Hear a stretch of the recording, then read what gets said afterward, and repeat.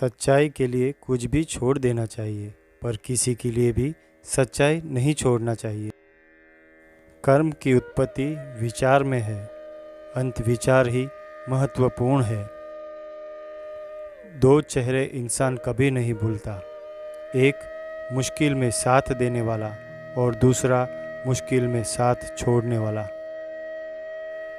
मन में जो है साफ साफ कह देना चाहिए, क्योंकि सच बोलने से फैसले होते हैं और झूठ बोलने से फासले। इंसान कर्म करने में तो अपनी मनमानी कर सकता है, मगर फल भोगने में नहीं। जिंदगी में अपनापन तो हर कोई दिखाता है, मगर अपना कौन है ये वक्त बताता है। कोई भी इंसान जन्म से नहीं बल्कि अपने कर्मों से महान बनता है। मौन किसी इंसान की कमज़ोरी नहीं, उसका बड़प्पन होता है, वरना जिसको सहना आता है उसको कहना भी आता है। कभी भी घमंड या अहंकार में अपना सिर ऊंचा ना उठाए, क्योंकि स्वर्ण पदक विजेता भी तभी पदक पाता है जब वो अपना सर झुकाता है। आप भले ही कितने बलवान हो, लेकिन अधर्म के साथ हो तो आपकी विद्या, अस्त्र शस्त्र, शक्ति और वरदान सब निष्फल हो जाएगा। यदि आप नीति, धर्म व कर्म का सफलतापूर्वक पालन करेंगे तो विश्व की कोई भी शक्ति आपको पराजित नहीं कर सकती। कर्म वह फसल है जिसे इंसान को हर हाल में काटना ही पड़ता है, इसलिए हमेशा अच्छे बीज बोए ताकि फसल अच्छी हो। तुमने खुद को कमज़ोर मान रखा है, वरना जो तुम कर सकते हो वह कोई दूसरा नहीं कर सकता। दुख भोगने वाला आगे चलकर सुखी हो सकता है, मगर दुख देने वाला कभी सुखी नहीं हो सकता।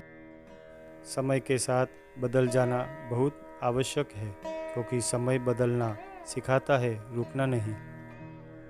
यदि आप किसी के साथ मित्रता नहीं कर सकते हैं तो उसके साथ शत्रुता भी नहीं करनी चाहिए।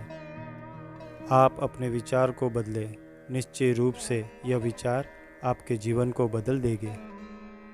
क्रोध में कभी वो सब कुछ मत गवाइए जो आपने शांत रहकर कमाया है। अपने जीवन को इतना रोशन करो कि कोई आपका परिचय देते हुए गर्व महसूस करे।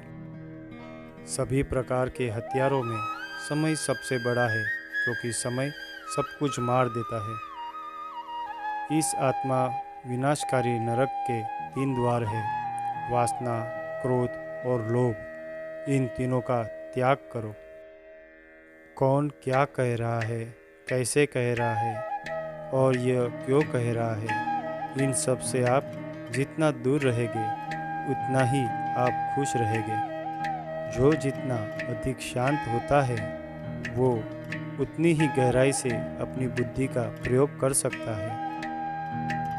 सबसे समझदार और स्थिर बुद्धि वाला व्यक्ति वही है जो सफलता मिलने पर अहंकार में नहीं आता और विफलता में गम में नहीं डूब जाता।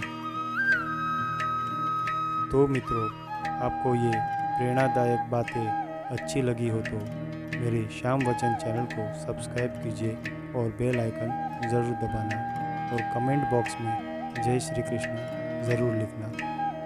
नमस्कार।